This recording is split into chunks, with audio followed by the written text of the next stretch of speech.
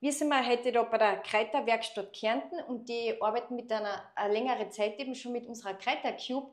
Und könnt ihr mal kurz sagen, was ihr für eine Erfahrungen mit der Kräutercube macht? Also bei uns geht es ganz klar darum, wir behaupten es seit 2018, wir produzieren die hochwertigsten Kräuterauszüge, die es gibt. Und wir machen zweimal im Jahr machen wir ein Reset und denken alles von vorn, wie wir es noch besser machen können. Und da sind wir auf, bei uns heißt der Zauberwürfel, weil der unseren Kräutern nach der Ernte wirklich ganz fantastische Ergebnisse liefert.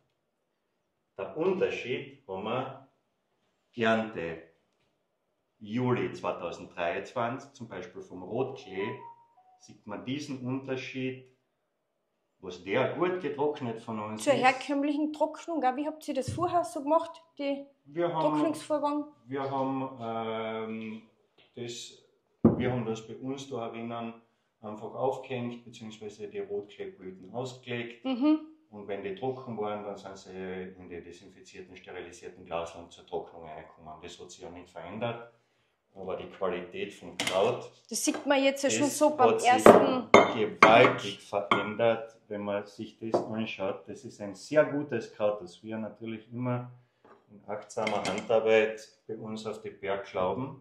Das ist leider Gottes im Video nicht zu sehen, was da schon mit dem Duft passiert, weil der Duft ist schon einmal ganz ein anderer, das ist viel intensiver und da sieht man schon den Unterschied. Da ist nichts braun. Ja, unglaublich, schaut mal da die Farbe an. Ja, das ist die... Das ist wirklich durch die Infrarottrocknung, durch die schonende Trocknung, da bleibt natürlich das Chlorophyll und die ganzen Nährstoffe und natürlich der Geruch vorhanden mit unserer Trocknungsmethode. Und das ist komplett was anderes als wie bei einem Dörrautomat, weil es wirklich schonend von innen nach außen getrocknet wird. Gell? Und das wird nicht zusammengetrocknet wie beim Dörrautomat. Und da besteht da oft, dass innen noch eine Restfeuchtigkeit vorhanden ist und dann irgendwann einmal bei der Lagerung Schimmel entsteht. Und das kann bei unserer Trocknungsmethode eben nicht passieren. Gell? Und da sieht man ja wirklich auch den Unterschied. Da sieht man den ganz klaren Unterschied. Das hinten, das ist alles schon Ernte von heuer. Wir haben das Mutterkraut, schaut sich die Farben an, die da sind. Wir haben die Zistrose, die grundsätzlich auch relativ farblos ist und beim Trocknen sonst auch auskraut geerntet. Wir haben den Spitzwegerich, der ist eine Sensation, weil jeder, der Spitzwegerich einmal getrocknet hat, der weiß, der Spitzwegerich wird violett bis braun, sowas gibt es nicht. Brennnesselblatt und Rotklee haben wir schon gehabt, die Schafgarben haben wir. Okay, die Immortelle, die hat nur an Kräutercube trocknen dürfen, die zweiten Blütchen. Und das sieht man dann natürlich auch bei der Verarbeitung. Das machst du hauptsächlich, Nicole. Was kannst du da dazu sagen? Von der Verarbeitung her, wenn der Geruch und natürlich die Farbe so schön ist, ist ganz was anderes, oder? Ja, das ist ein Riesenqualitätsunterschied. Und die ganzen Inhaltsstoffe halt natürlich viel besser verfügbar sein, als würde man sie jetzt herkömmlich trocknen. Mit einem Dörrer oder so haben wir das eh nicht gemacht, weil die Temperatur einfach zu hoch ist. Aber so funktioniert das wirklich wunderbar. Und das Ganze geht da entsprechend schneller, das finde ich so schön. Gell? Also wir ernten die Kräuter, schneiden es zusammen, geben es in Cube und je nach Kraut ist es in 2, maximal 3 Tagen trocken. Das habe ich natürlich nicht, wenn ich das in der Luft trockne. Und darüber bin ich sehr, sehr glücklich und das ist für uns ein riesen Qualitätsplus für die weiteren Auszüge. Neben dem, dass die Qualität natürlich, wie ihr seht, im Unterschied, das sind wirklich Wolken, wie der Cube, die fantastisch trocknen. Aber so gefühlt, sage ich einmal, haben wir mit den 2 Cubes mindestens die doppelte Produktionskapazität in der Ernte und Verarbeitung. Was ich euch vielleicht noch kurz sagen möchte, weil das kennen vielleicht viele eher als jetzt die Kräuter, die wir da verarbeiten. Und zwar ist es Liebstöckler, Lustock. Den hat sicher jeder schon einmal, oder viele schon einmal selber getrocknet und man weiß, er wird halt einfach gelblich. Gelblich-braun, wenn man ihn so trocknet, der hat relativ viel Feuchtigkeit, funktioniert nicht. Den habe ich im Cube getrocknet und die Farbe ist super und der Geruch ist Weltklasse. Schade, dass ihr das nicht riechen könnt, ist echt fein. Also da sieht man es vielleicht noch einmal besser. Vielleicht könnt ihr noch mal kurz sagen, Sie machen wirklich ganz besondere Essenzen und Öle, aber da könnt ihr vielleicht selber noch mal was dazu sagen, was ihr für ein Endprodukt draus macht. Und da könnt ihr natürlich sehr gerne in einen Online-Shop reinschauen und da seid an bester Stelle. Und die ganzen Farben. Und habt ihr da im zweiten Kräutercube auch was drinnen? Ja, aber natürlich. Machen wir da mal auf.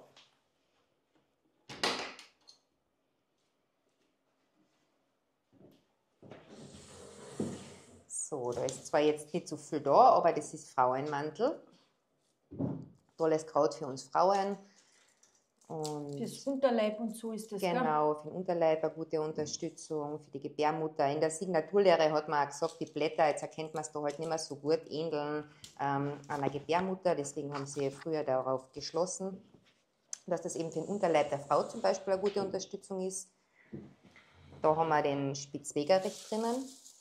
Spitzwegerich ist bei allen Bronchialgeschichten eine gute Möglichkeit zum Einnehmen. Ist aber auch fein, wenn man Insektenstiche hat, kann man ihn frisch ein bisschen aufreiben und dann auf den Insektenstich geben.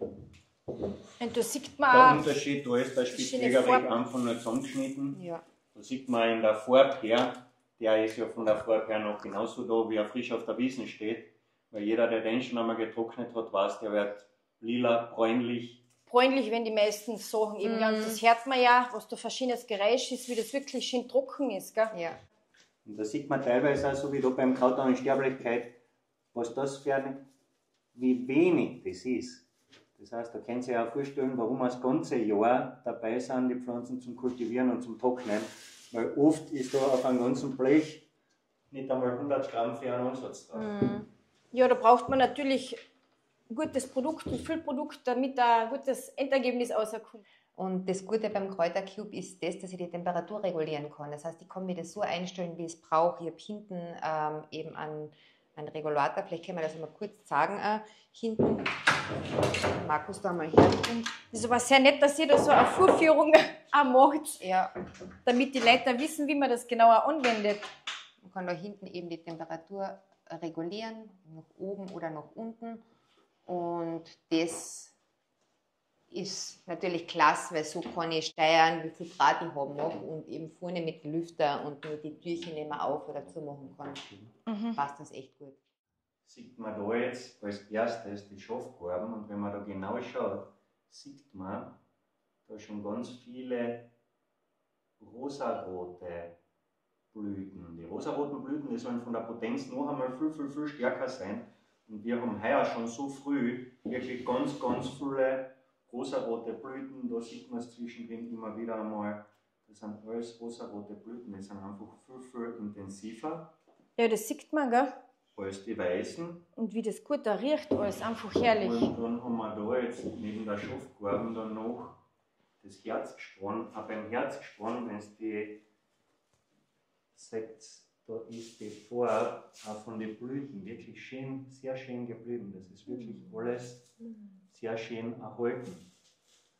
Und das ist natürlich von der Vom Trocknungsvorgang und vom Ding. Von der Trocknung, Ja. von der Potenz, wie wir die Kräuter damit konservieren können, haben wir da natürlich einen ganz gewaltigen Vorsprung. Da sieht man das Herzgespann, siehst du das lustig? Das kannst du einfach zusammendrucken, dann siehst du, das ist wirklich super trocken. Und das Ganze in der Farbe, wie das erhalten geblieben ist. Und vor allem, weil das auch ziemlich dicke Stängel sind, gell? Und da sieht man wirklich, dass das super getrocknet ist, gell? Und die Qualität von den ganzen Endprodukten auch.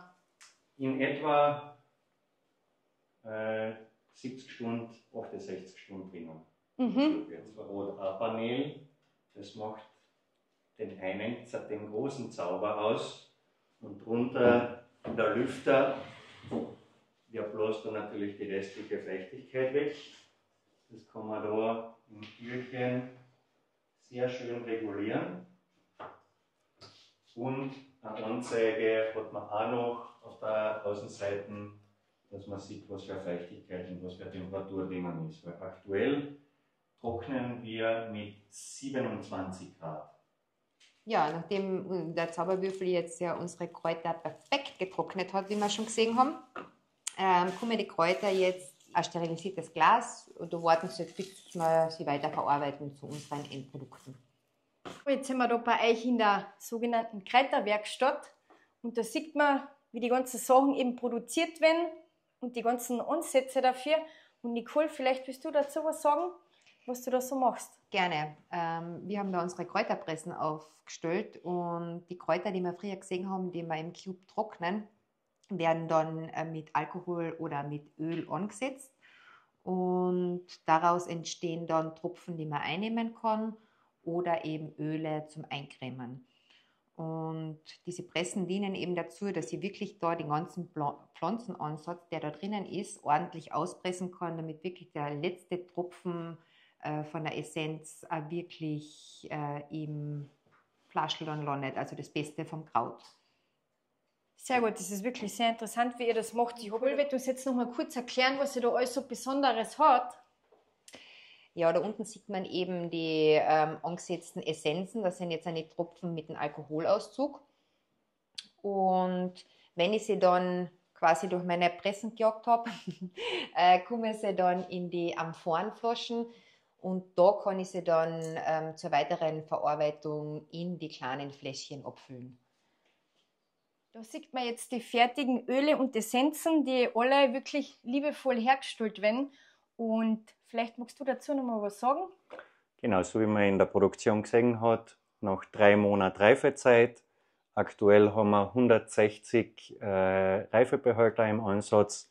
Die dürfen alle 3 Monate reifen. Wenn sie 3 Monate gereift haben, dann kommen sie in die Kräuterpressen, werden ausgepresst, kommen eine Woche noch in die Amphorenflaschen zum Absetzen und dann ist es fertig zum Abfüllen in unsere Fläschchen und so entsteht bei uns die achtsame Handarbeit von der Ernte bis ins Fläschchen. Und im Internet findet es uns, wenn man bei Kräuter die Vokale wegstreicht, bleiben 4 Buchstaben übrig, krdr.at. Da findet es uns im Netz. Und schaut unbedingt rein und sie haben einen eigenen Online-Shop eben und das ist wirklich ganz was Besonderes. Und bis bald zum nächsten Video. Herzlichen Dank, dass wir heute da sein haben dürfen und dass ihr so fleißig mit unserem Kräutercube arbeitet und das ist wirklich eine Ehre, dass wir das mit echt machen dürfen. Dankeschön. Das Danke. beruht sich auf Gegenseitigkeit. Wir sind schwer begeistert von dem tollen Tun von Markus und Corinna vom Infrarothimmel. Danke, pfiat euch. Ciao.